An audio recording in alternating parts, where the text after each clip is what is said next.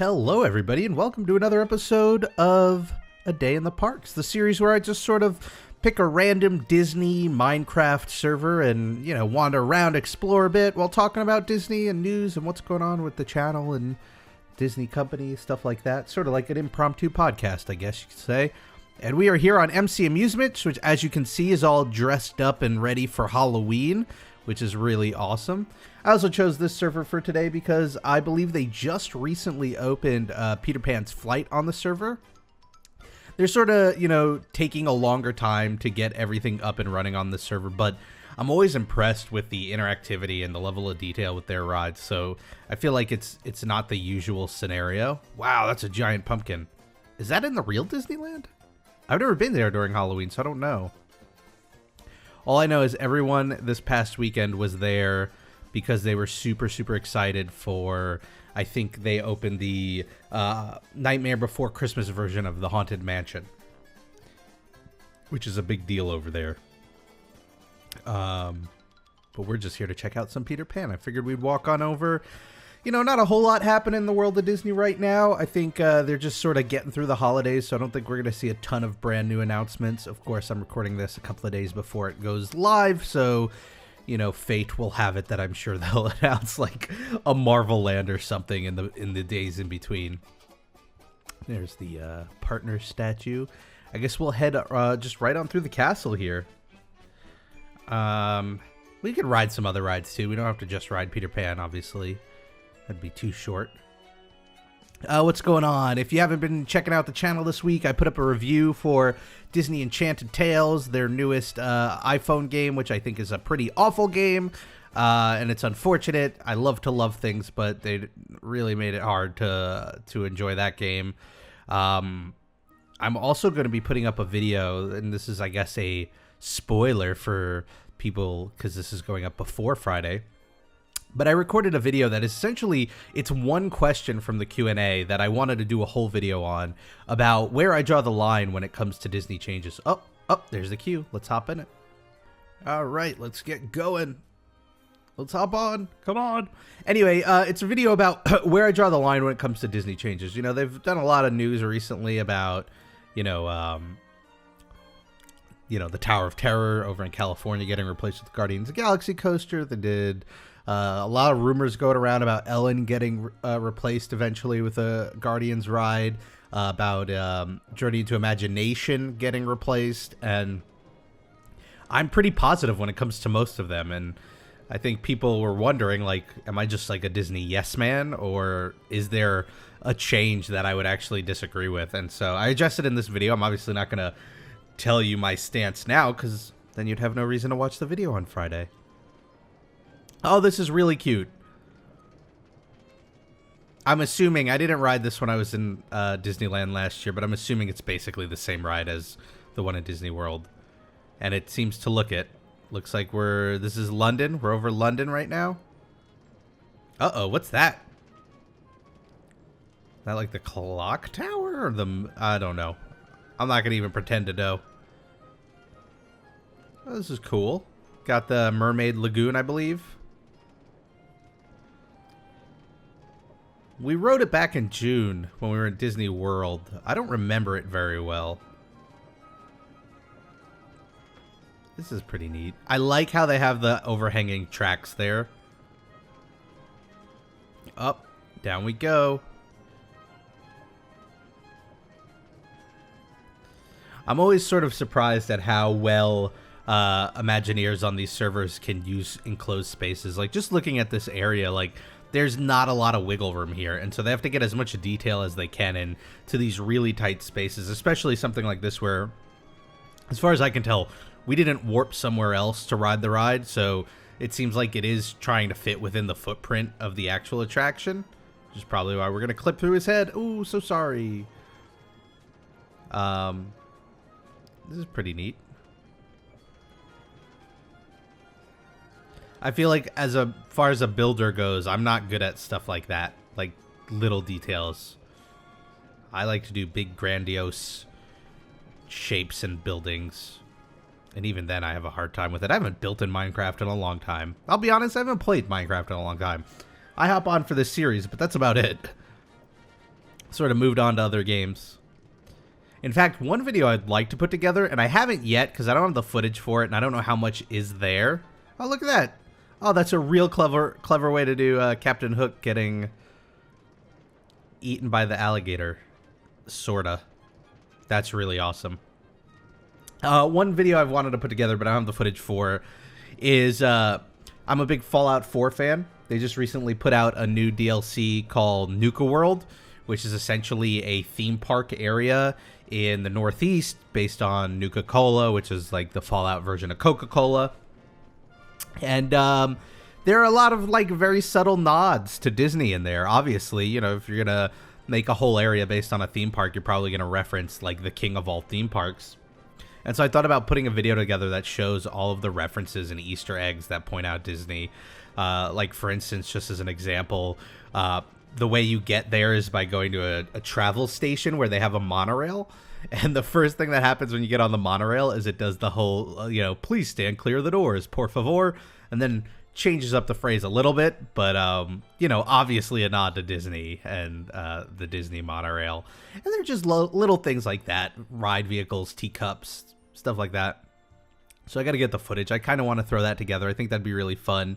It'd be hard to sort of skirt around it because I do want to keep this channel family friendly. Fallout's sort of a violent game. What do we got here? What is this? Mad Tea Party entrance. Oh, opening soon. They're working on it. They're working on a lot of stuff here. I do believe there's the Alice in Wonderland ride. Yep, Alice in Wonderland. 14 seconds. Let's join. I don't know if I've ridden Alice in Wonderland on one of these videos before. I feel like I've recorded one.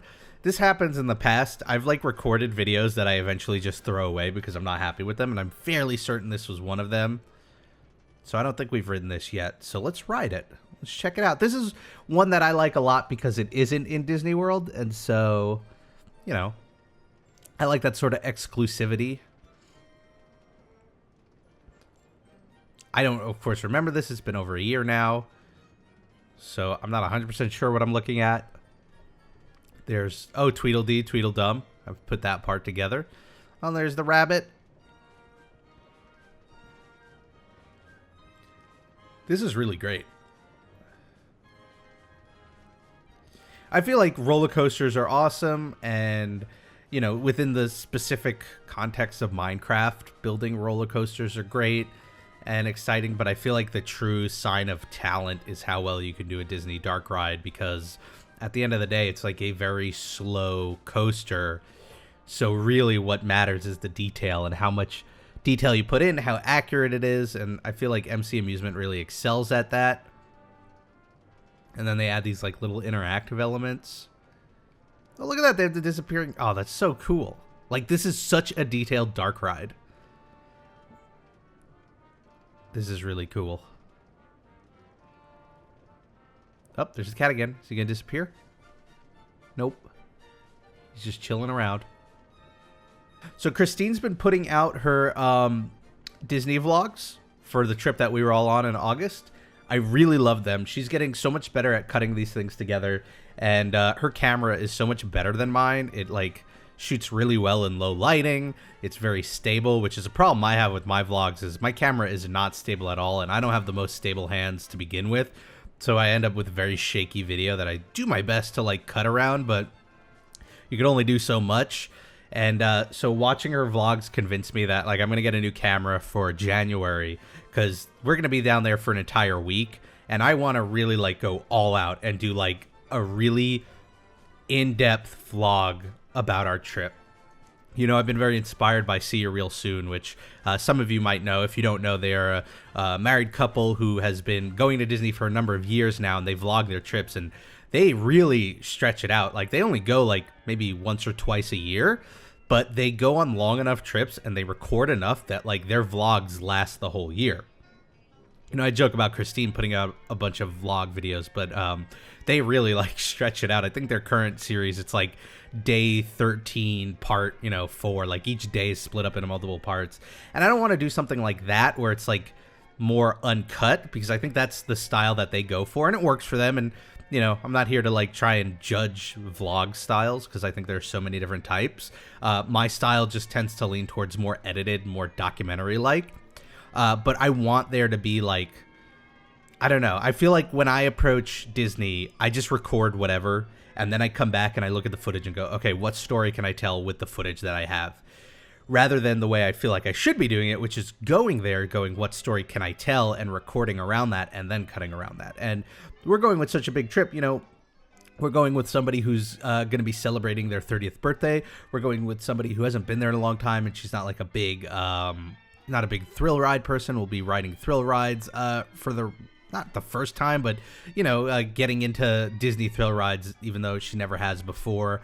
Going with some of, like, my best friends from high school, and just, like, it's just going to be such a great time, and there's going to be so much going on that it makes me want to... just makes me want to make sure I film it all and get enough footage. And I think having the right camera does that.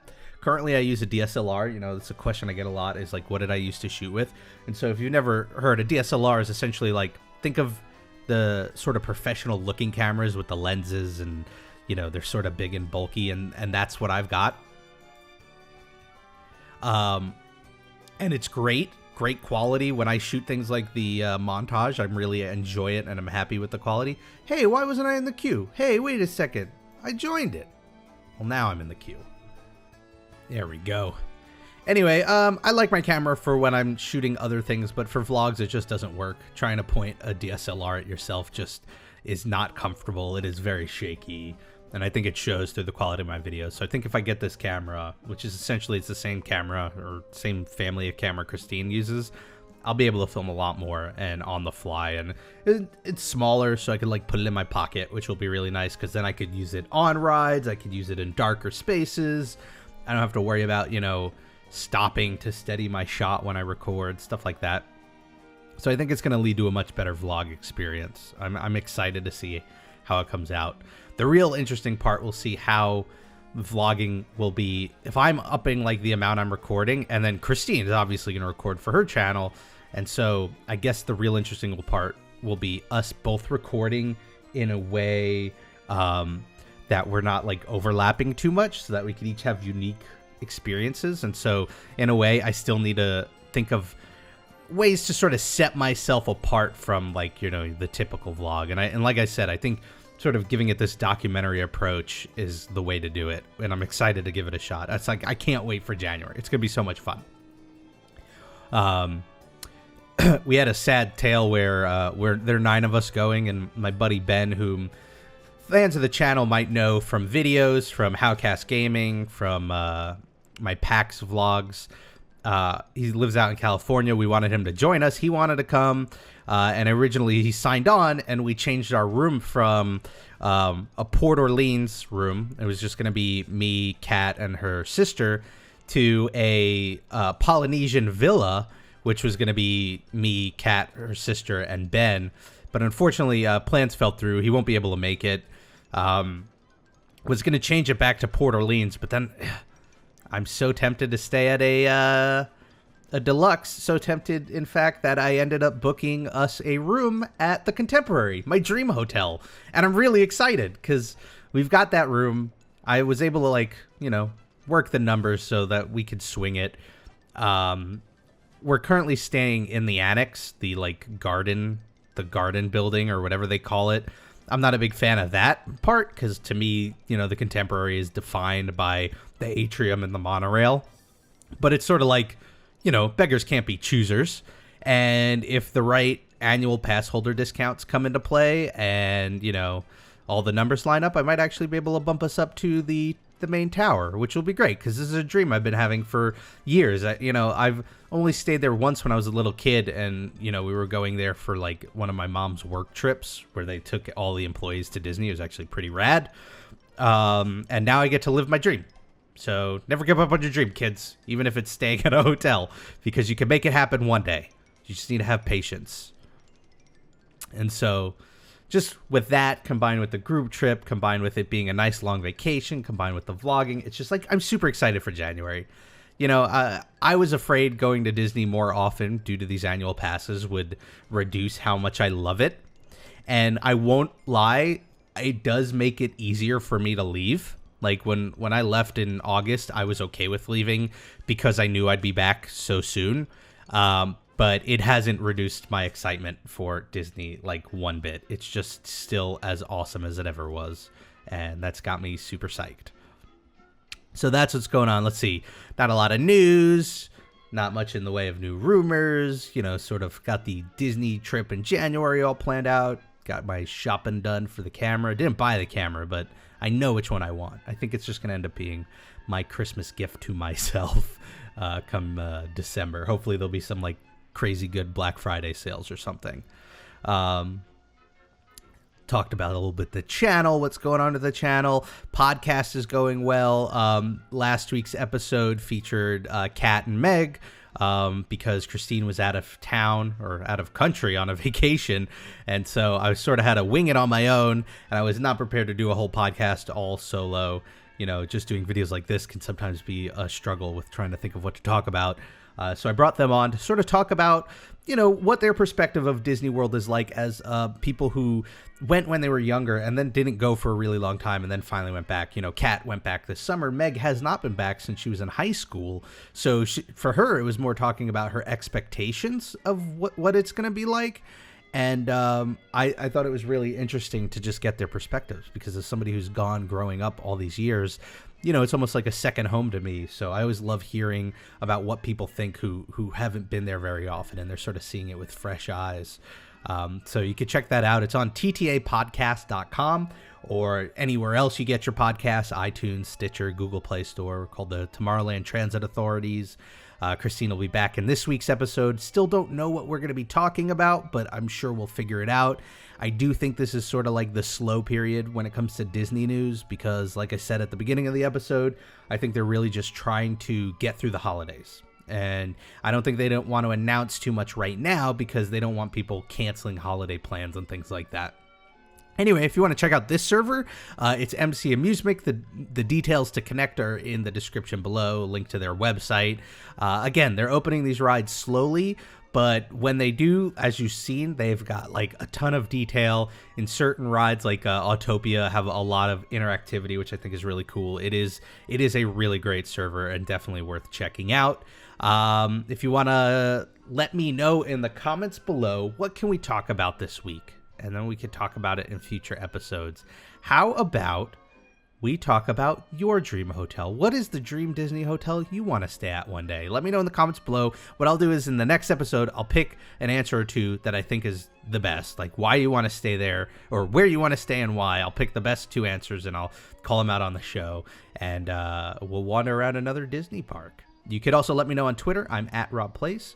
Have a great week. Whatever you're doing, make the most of it because it makes it that much more enjoyable. And I hope to see you next time for the next Day in the Parks. Bye, everybody.